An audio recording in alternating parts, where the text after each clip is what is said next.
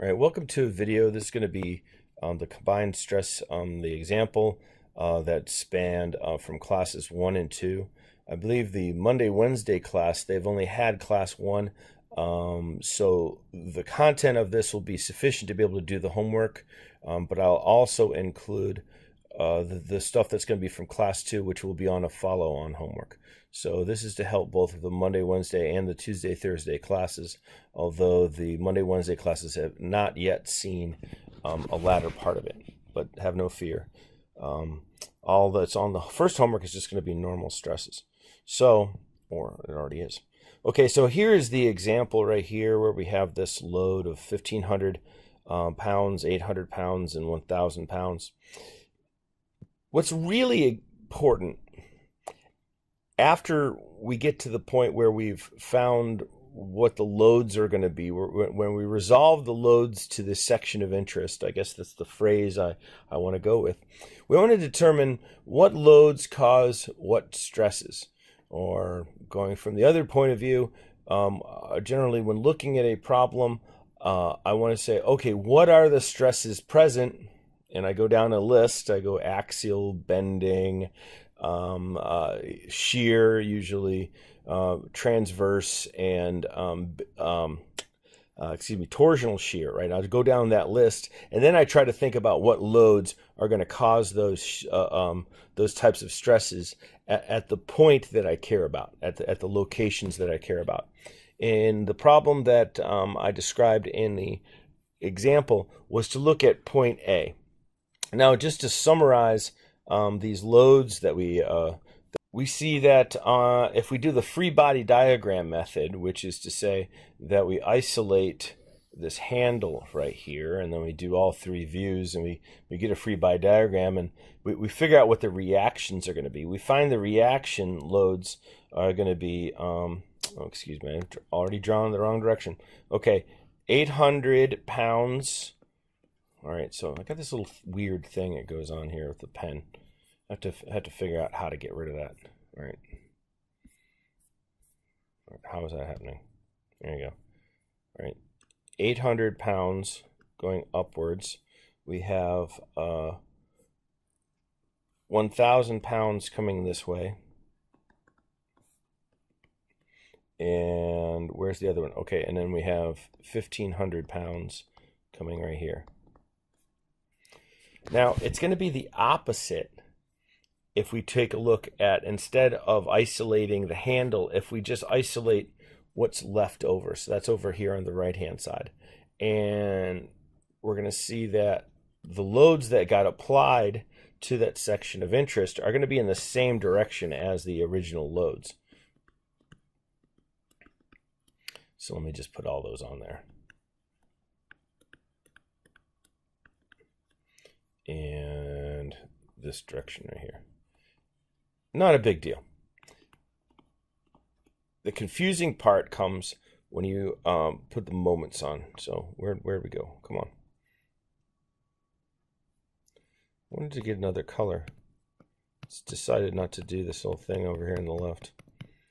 Why gotta be like that? Interesting. No?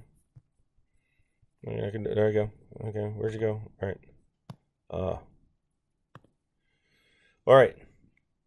So in the free body diagrams, what we're getting is our reactions onto the piece.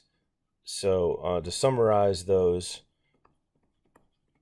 we had the 2,400 inch-pounds reactor right here around.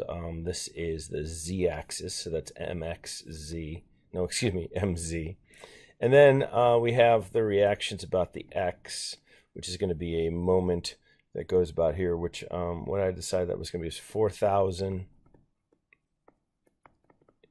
inch-pounds. And then this right around here, I got the arrow wrong,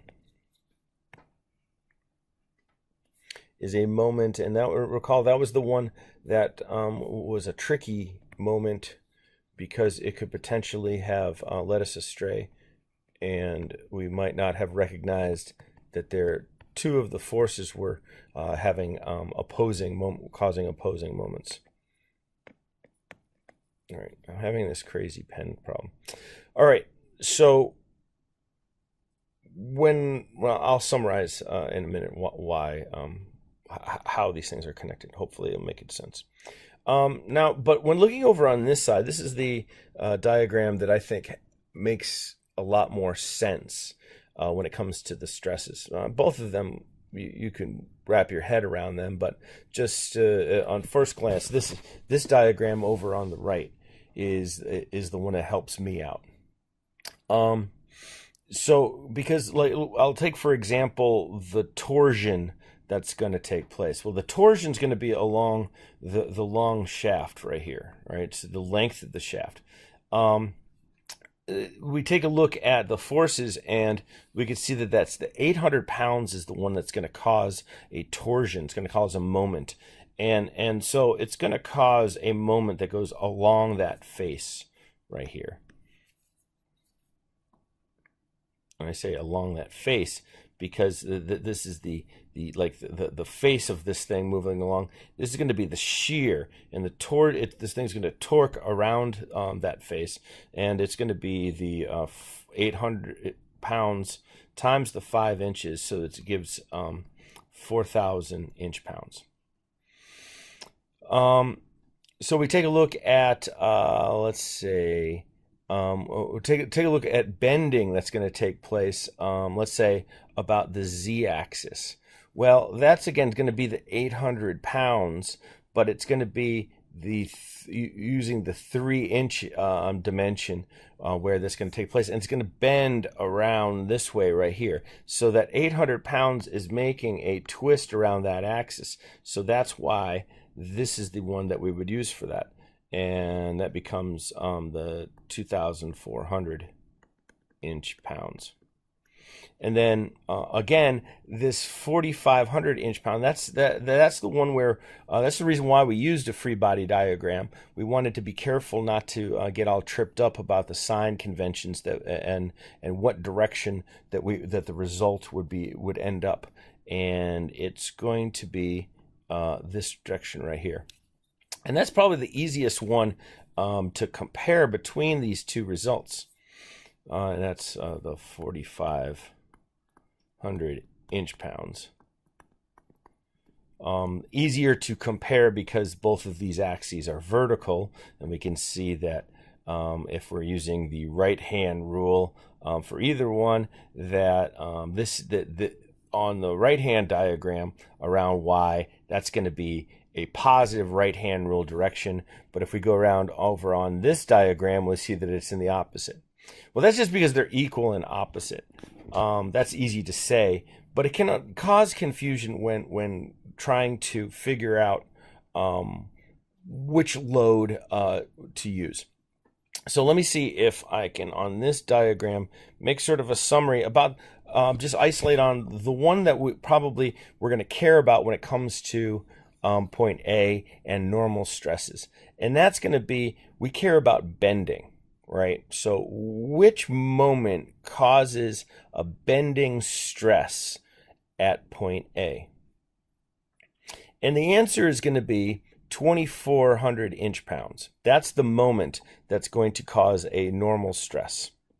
All right. So the normal stress, the bending, you could think of is, in this case, it's going to be a bending that looks like that right there, right?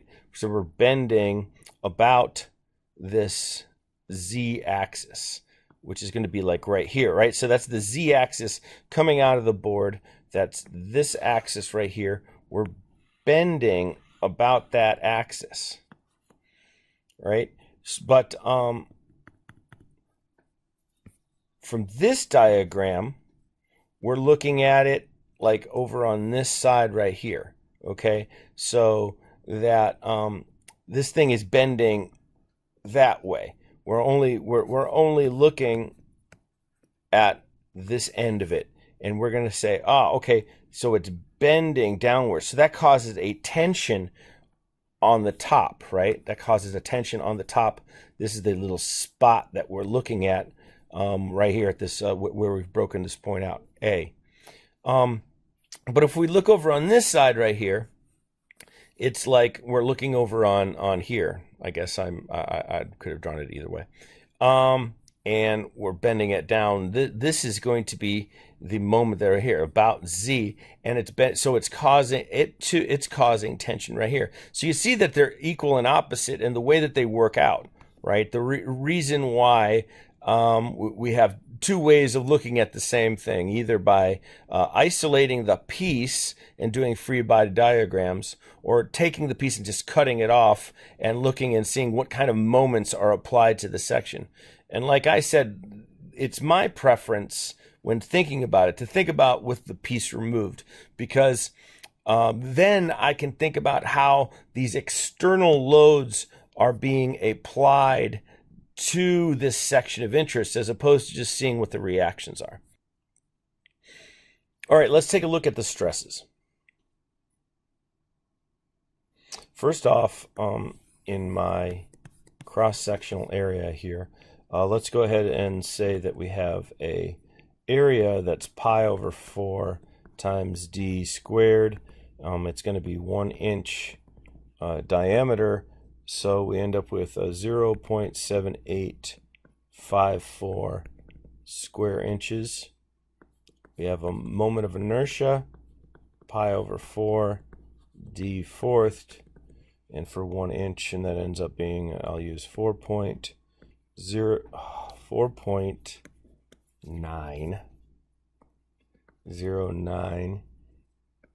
e to the negative 2 inches fourthed.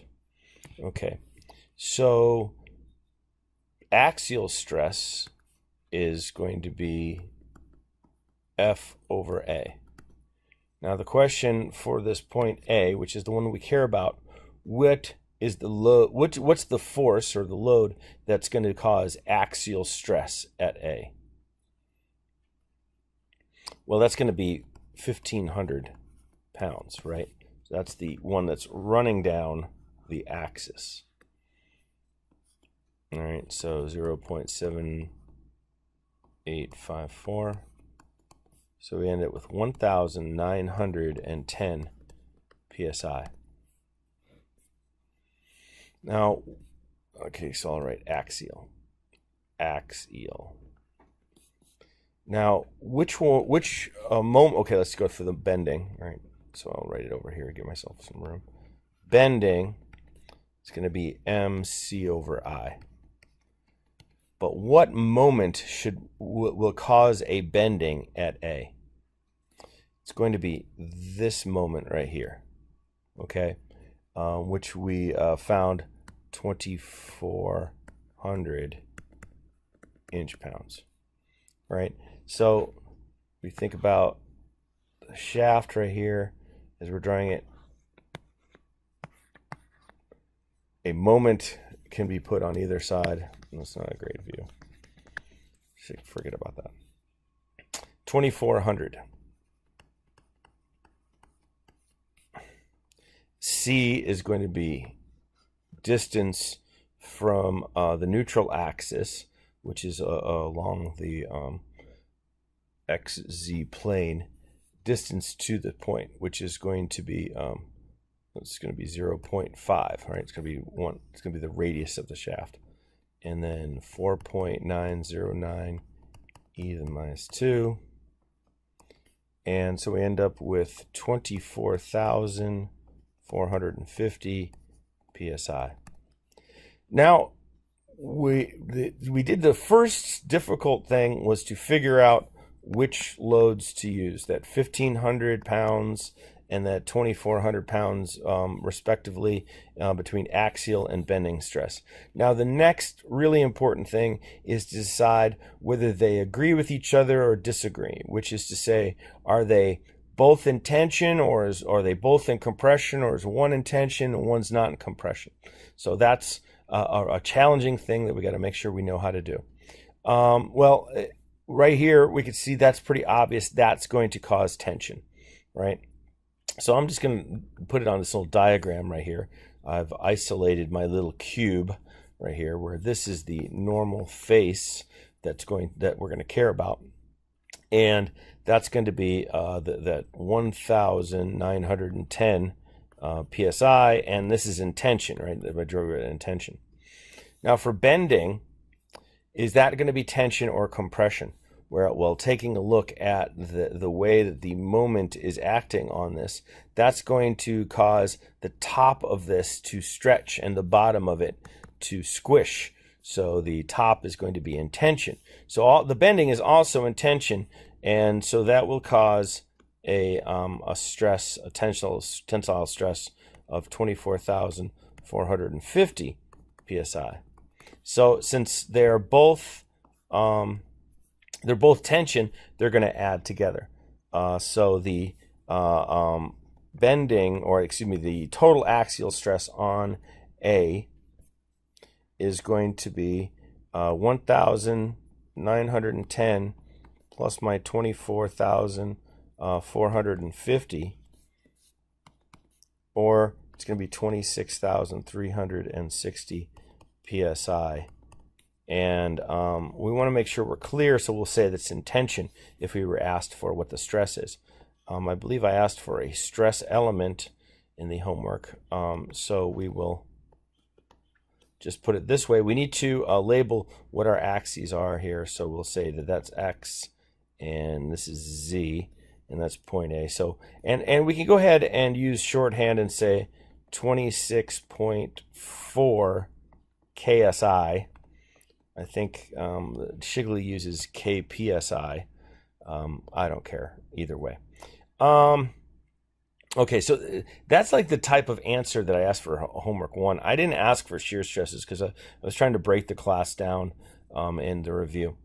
Just take a quick look on the other side here. If we were going to do, because this side right here, we did it as if we had a free body diagram with the moments. Let's take a look at what the stresses are going to be from, if we have, let's say, the equivalent moments, or any method in which we're just looking at the section after because of the loads. Like I said, this is the way that I think of the problem.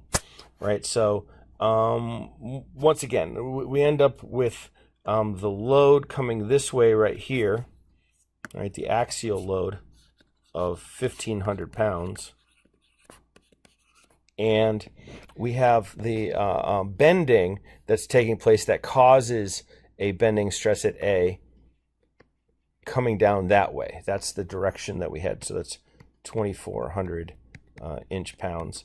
And once again, it's apparent that our 1,500 is going to cause an axial stress in that direction, but also apparent that we're going to have a tensile bending stress that's also going to be in the same direction. So it's going to cause the axial is causing a tension, and the bending is causing a tension. And these two things are going to add together, which we could refer to as superposition, right there. We have two separate things going on at the same time, and we can add them together onto a piece. So that's really what I'm looking for in like the homework 1, or at least part A, or the first problem of homework 1. Now, on a subsequent homework that we'll be doing, we want to take a look at the shear stress as well, and that also has another bit of complication to it. Where when we did normal stresses, we had axial and bending, and they added together when you were doing a total stress, total normal stress.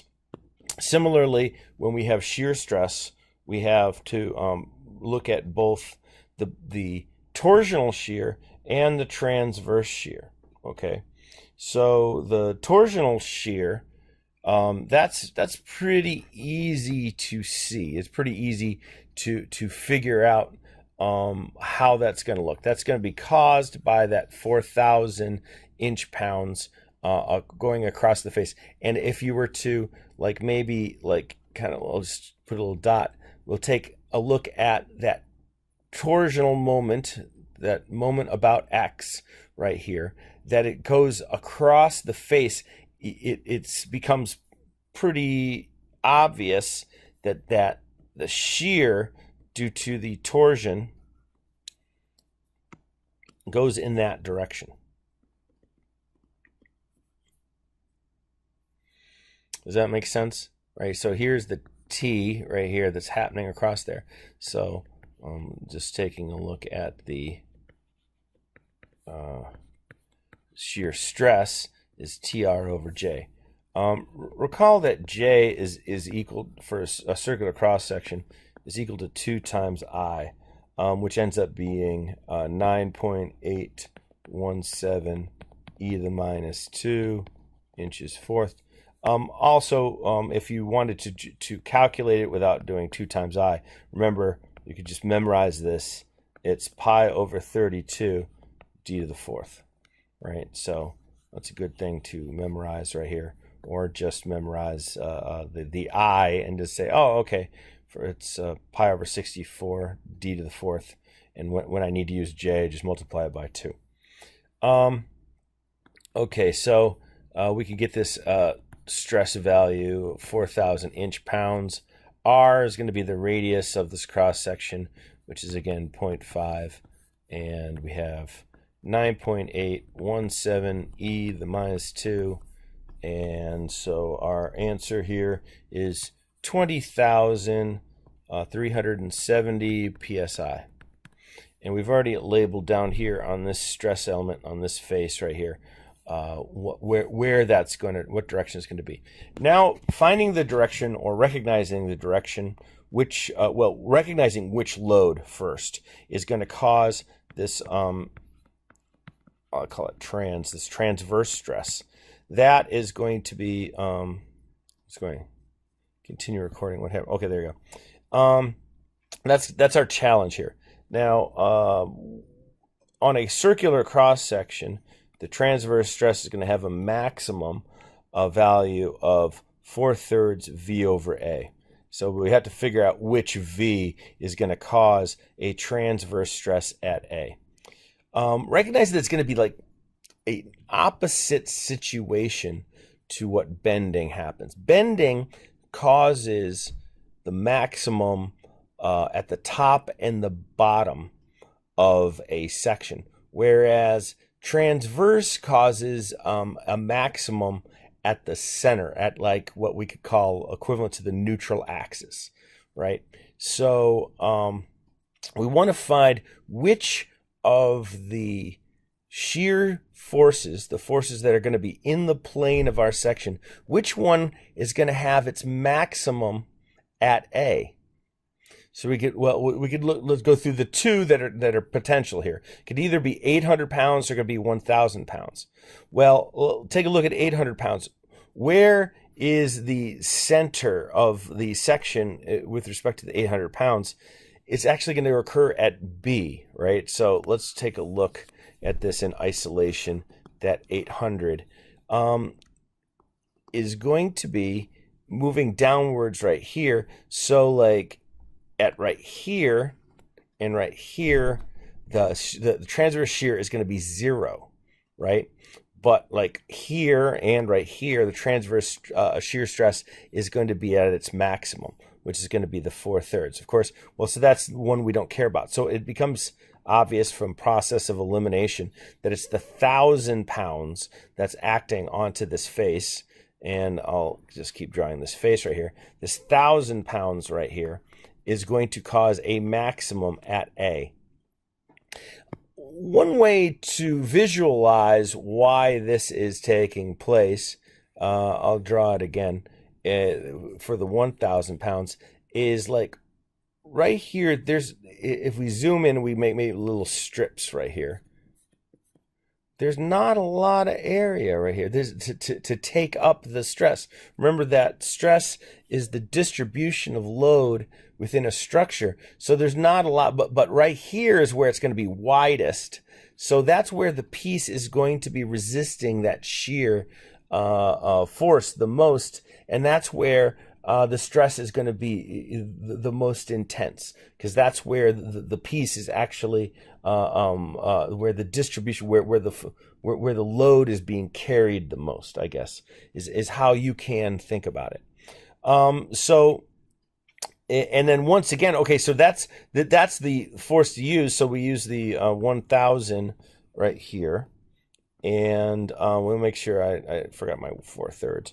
Remember our 4/3, and 0.7854, and we have 1,698 psi. Now the question is, what direction does it need to go? Which direction is this stress going to be on our stress element? And if you just take a look at this 1,000, well, it's going across the face this way, so it's going to be in this direction too. So in this case, so that's going to be the trans, with an R in there, trans shear stress is going to be in that direction too. So they agree with each other. So the shear at that face is going to be the 20,370 psi plus the 1,698 psi, for a total of 22,070 psi. Now let's draw this thing out right here again, and we're looking down on it. So this is the X, Z direction we're looking down. And recall that we, from the previous part here, we had, where was that? 26.4 KSI. Okay, but I'm looking down right now this way, right here, at this thing. Come on, stop that. And so this thing is going across this way, across that face. And we hit, if we know one direction, we could figure out what all the others are going to be. So that's going to be a 22.1 KSI. All right. So that's that's this example. What you need to get out, what the takeaway is, the understanding of, with each stress, which load is causing the stress where we care about, and then what directions are they going to be, and are they in agreement or disagreement with the various kinds of stresses. So it's really important that you know how to do this type of problem and all the other different kinds of variations that we could come up with for various structures. Thank you, and let's end this thing now.